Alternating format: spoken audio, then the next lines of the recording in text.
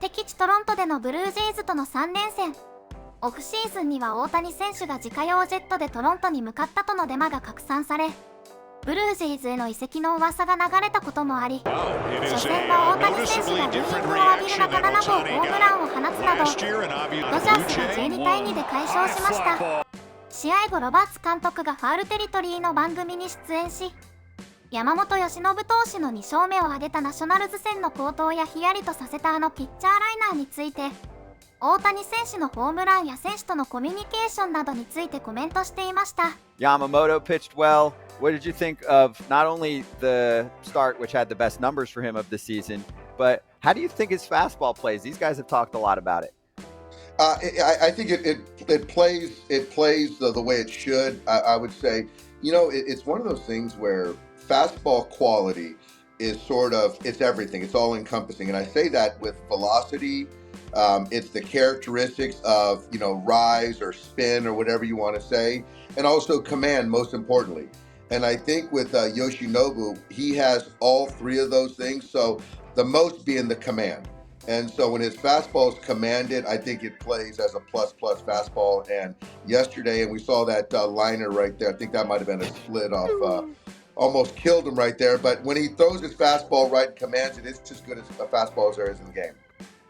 I want to talk about something. You got your big guns over there. Mookie Betts, Freeman, Shohei, guys who hit. I want to talk about Teoscar Hernandez a little bit, man. This guy is banging right now. I don't think he's getting the praise that he should. He's 20 RBIs. He's helping the team do some damage, some big runs coming in, some big RBIs. Talk a little bit about him and how he's just following the lead pretty much. You know what? It's interesting that you wanted to talk about Teoscar because he's a lot like you were. He's a very fun-loving, positive guy. Good or bad, you wouldn't know any different. And he's got big power. He loves to drive in a run. There's certainly some swing and miss, but man, I'll tell you, you're right. To have a guy in the 4, 5, or 6 behind those 3, 4 monsters is huge. And you got to have a guy that can hunt a run batted in.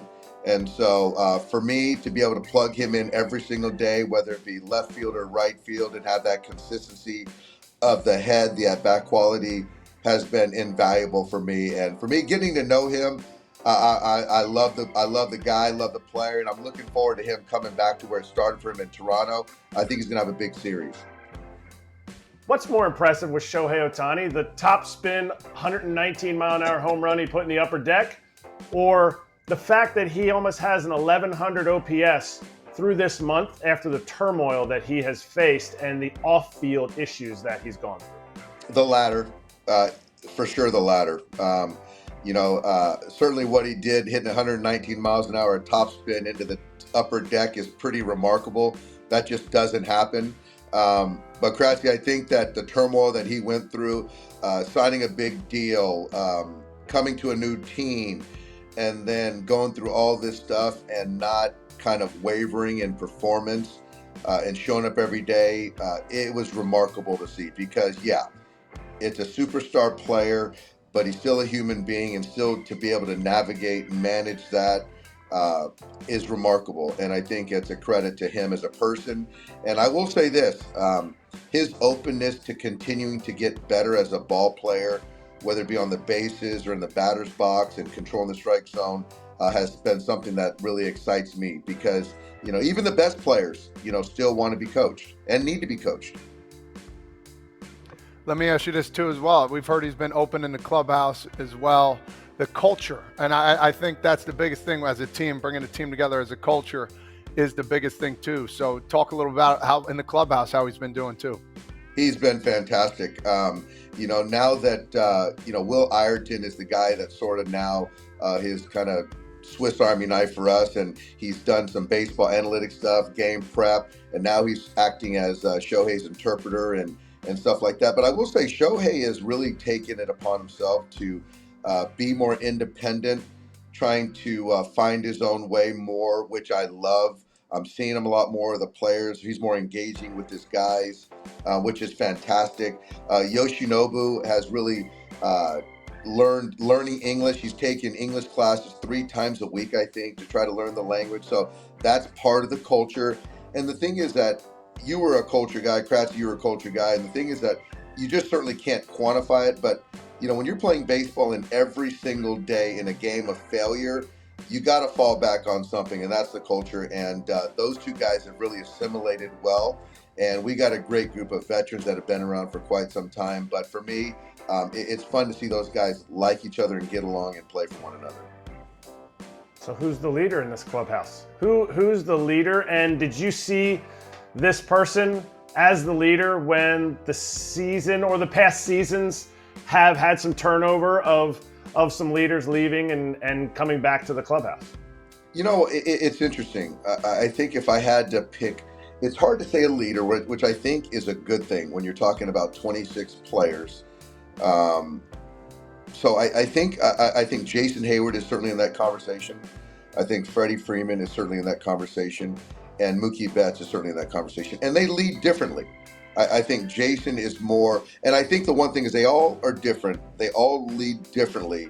But I think for me, the thing that I really respect is that they lead by example first and foremost.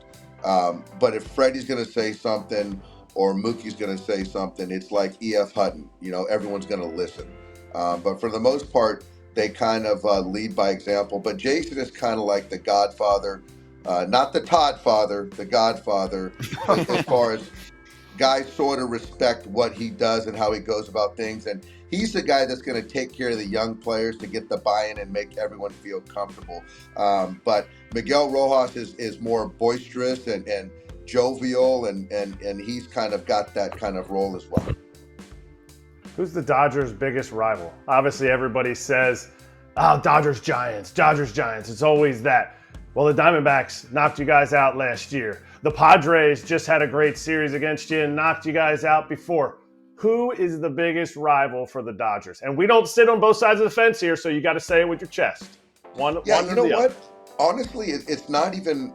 I think that everyone likes to beat the Dodgers. Everyone loves to beat the Yankees, and I think that's a good thing. That's a compliment, I think, to the organization, to kind of the history of it. Honestly, I really preach. We're trying to beat everybody, and I think that the fans, the media, certainly loves the Giants and the Dodgers with the history of it. Certainly, the Padres somewhat has some momentum, and the D-backs, they handed it to us last year in the postseason. So I don't know, and I like playing the Braves. We've had some battles with those guys in the postseason, and so I don't really see anyone as a rival. And I don't want to take the wind out of anybody's sail. Honestly, Kratzy, we're trying to beat everybody, and so I don't really care who it is, where we play. So I don't really look at anyone as a rival, and it's no disrespect to any other organization, though. 連勝中ということもあり、ロバーツ監督からはご機嫌な様子が伝わってきました。山本由伸投手は週3回英会話教室に通っているとのことで、英語で話すシーンを早く見てみたいですね。菊池投手と対戦となった2戦目はグラスノー投手が6回を2安打1失点と好投し、4対2でドジャースが勝利しました。6連勝としたドジャース、引き続き素晴らしいゲームを期待します。